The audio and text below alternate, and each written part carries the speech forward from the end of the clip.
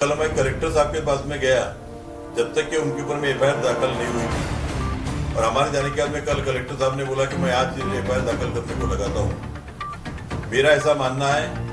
कि ये पूरे प्रकरण में कहीं ना कहीं प्रशासन की मिलीभगत है और प्रशासन इन सबको बचाने का काम कर रही है। वो संस्था के जो संचालक है वो फरार है, वहाँ के ग्रेडर संबंधित सभी लोग फरार है कि जो धान मिलर्स उठाते वो किसी और को बेच देते हैं, और फिर जो हल्के क्वालिटी का मार्केट में जो चावल रहता है और उस चावल में राशन का बिका हुआ आधा चावल रहता है, वही चावल लेकर के फिर से रिसाइकलिंग होकर के फिर से वो सरकार को ये लोग देने का काम करते हैं। डीएमओ और उनके साथ में उनके जितने भी साथी है ये फंस सकते हैं। उस संस्था में करीब 500 किसानों ने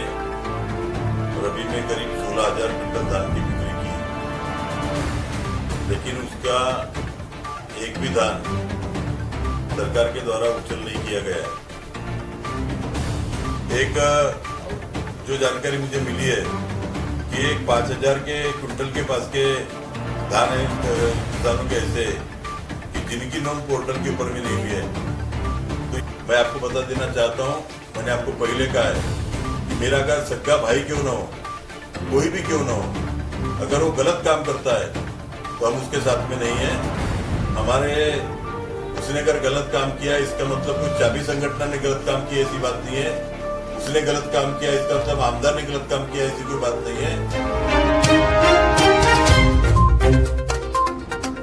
गोंदिया जिले में बड़े पैमाने पे धान खरीदी हुआ है संस्थाओं ने, और अभी तक किसानों का पेमेंट जमा नहीं किया। आपने भी इसके बारे में अभी सदन में आवाज उठाया था, क्या बताएंगे इसके बारे में? गोंदिया जिले में बड़े पैमाने पर जो संस्थाओं के माध्यम से धान खरीदी हो रही है उसमें अनेक अनियमितता की बातें सामने में आ रही है। ऐसे ही एक दो घटना मेरे विधानसभा क्षेत्र में मेरे सामने में आई है। उसमें चुटिया में श्री राम अभिनव सहकारी जो धान खरीदी संस्था है, उस संस्था में करीब 500 किसानों ने रबी में करीब 16,000 क्विंटल धान की बिक्री की, लेकिन उसका एक भी धान सरकार के द्वारा उछल नहीं किया गया। और जो किसान धान बेचते हैं वो सरकार को बेचते हैं। अगर संस्थाएं कोई गलत करती है तो संस्थाओं के ऊपर में कार्रवाई करना चाहिए। और ऐसे चुटिया में जो 16,000 क्विंटल धान बेचा गया जिसमें 500 किसान हैं, उनके करीब 3 करोड़ 20 लाख रुपए के पेमेंट अभी तक के किसानों को नहीं हुई है। इसके लिए मैं लगातार 1.5 महीने से लगातार इसके लिए पाठपुरावा कर रहा हूँ। मैंने उनसे कहा है कि भाई आप जो संस्था अगर गलत करती है उसके ऊपर आप कार्रवाई करें, जो दोषी है उनको फांसी पे लटकाए, लेकिन आप किसानों का पेमेंट नहीं रोक सकते। इसके लिए मैं हमारे जिले के पालक मंत्री जी से मिला, अपने यहाँ के उप मुख्यमंत्री जी से मिला उनके, और उसी प्रकार माननीय मुख्यमंत्री जी से भी मिला हूँ। अपने जो मार्केटिंग फेडरेशन के पूरे महाराष्ट्र के व्यवस्थापक संचालक है श्री तेलंग, इनको मुख्यमंत्री ने स्वतः फोन किया कि भाई आप किसानों के पेमेंट कीजिए। पालक मंत्री जी ने फोन किया उनको 2 बार, डीसीएम ऑफिस से उनको 3 बार फोन किया गया। उसके बावजूद भी वो, क्योंकि उनकी मिलीभगत इन संस्थाओं के साथ में रहने के कारण, और यह सब प्रकरण जब उनको लगा कि हमारे आंख पर आ सकता है तो आज वो किसानों का पेमेंट नहीं कर रहे।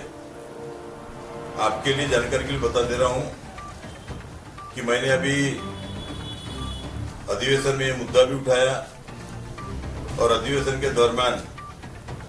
2 अगस्त को मुख्यमंत्री जी ने एक पत्र भी अन्न विभाग को कहा है, अन्न व नागरिक पुरवठा विभाग को, कि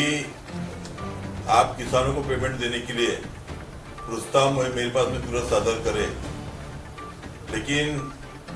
5-6 दिन बीत जाने के बावजूद अभी तक के फाइल मुख्यमंत्री जी के पास में नहीं गई है। इस पर से यहाँ निश्चित तौर पे एक बात सामने में आती है कि ये सारा जो प्रकरण है,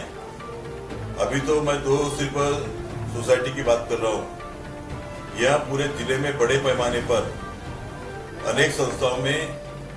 दान नदारत है और इसमें डीएमओ और उनके साथ में उनके जितने भी साथी है ये फंस सकते हैं, इसलिए ये लोग अपनी चमड़ी बचाने के लिए भागते हुए फिर रहे हैं। मैं फिर से आपके माध्यम से किसानों को बता देना चाहता हूं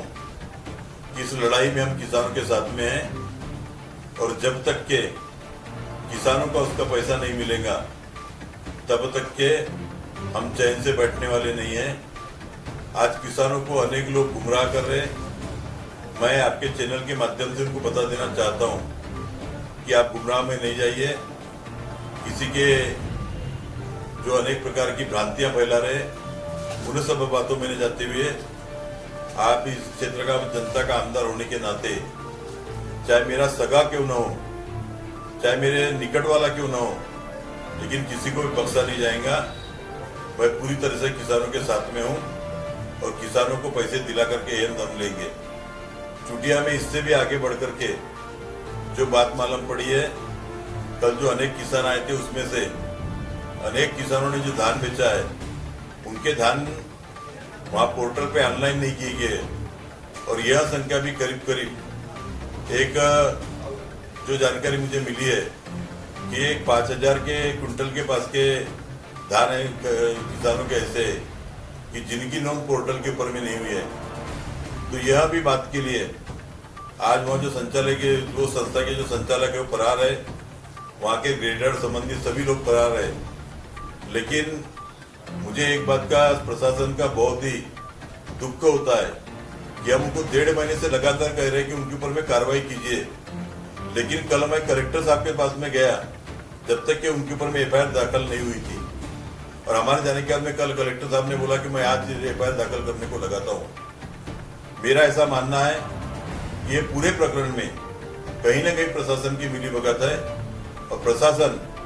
इन सबको बचाने का काम कर रही है। मैं तो ये आपको ये बता रहा हूँ कि जो शासन को धान बिका है वो शासन से हम किसानों के पैसे लेकर के रहेंगे और संस्था चालकों ने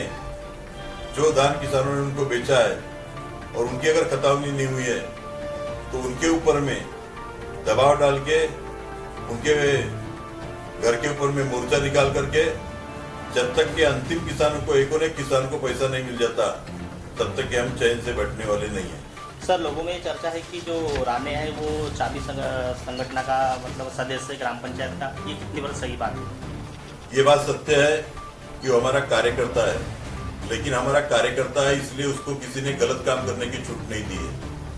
मैं आपको बता देना चाहता हूँ, मैंने आपको पहले कहा है कि मेरा अगर सगा भाई क्यों ना हो, कोई भी क्यों ना हो, अगर वो गलत काम करता है तो हम उसके साथ में नहीं है। हमारे उसने अगर गलत काम किया इसका मतलब कोई चाबी संगठन ने गलत काम किया ऐसी बात नहीं है। उसने गलत काम किया इसका मतलब आमदार ने गलत काम किया ऐसी कोई बात नहीं है। ये उसका व्यक्तिगत प्रश्न है, लेकिन इस समय हम पूरी तरह से मैं आपको बता देना चाहता हूं कि चाहे कोई भी व्यक्ति हो, मेरा सगा भाई क्यों ना, मैंने आपको बताया, अगर वो भी गलत काम करता है तो उसका मैं साथ देने वाला नहीं हूं। जो सत्य है, जो जनता है, जो किसान है, उनके साथ में मैं खड़ा रहूंगा। राइस मिलें ब्लैकलिस्ट की गई है। पिछले साल का ये मैटर था, साल भर फिर से उनको चावल दिया गया पीसने के लिए। क्या बताएंगे ऐसे राइस मिलों के ऊपर में आप? देखो, इसके पहले चर्चा के माध्यम से यहाँ पर के चाहे प्रशासन के लोग हो, चाहे वरिष्ठ हमारे मंत्रीगण हो, इवन मैं आपको बता दे रहा हूँ, एक बार अपने जो भारत सरकार के मंत्री पीयूष जी गोयल, गए साल की बात है 6वें महीने की, उस समय में मैंने उनको किस प्रकार से यहाँ जो पूरा सीएमआर का जो खेल में जो घोटाला होता है, मैं उनके बारे में पूरी जानकारी उनको अवगत करा चुका हूँ। मेरा ऐसा मानना है, और मानना ही नहीं, सत्यता है कि जो धान मिलर्स उठाते वो किसी और को बेच देते और फिर जो हल्के क्वालिटी का मार्केट में जो चावल रहता है और उस चावल में राशन का बिका हुआ आधा चावल रहता है, वही चावल लेकर के फिर से रिसाइकलिंग होकर के फिर से वो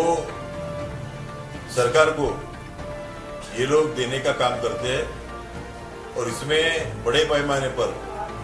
अनेक लोगों के हाथ गीले होते हैं। मैं तो कहता हूं सरकार को एक बार ये सब बातों का संज्ञान लेकर के, क्योंकि जो चावल है वो राशन से सामान्य जनता के पास में जाता है, लेकिन जब राशन से सामान्य जनता के पास में वो चावल जाता है तो अनेक बार ऐसा होता है कि चावल खाने लायक नहीं रहता। फिर वो औने पौने दाम में किसी और को, वहीं पर व्यापारी को वो वाला चावल बेचते और दूसरे अच्छे पत्ती का भले ही वो कनकी क्यों ना हो वो लेकर के वो खाते। ऐसी अनेक बातें मेरे कान पर में आई है। मेरा ये मानना है कि भाई अगर अच्छा चावल देंगे हम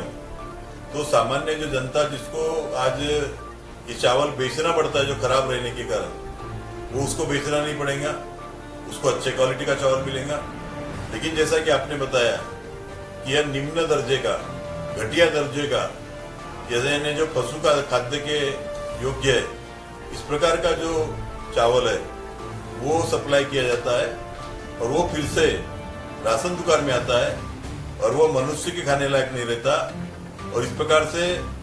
आज जिनके उत्थान के लिए हम काम कर रहे हैं, जो गरीब से गरीब आदमी को आज हमारे प्रधानमंत्री जी का सपना है,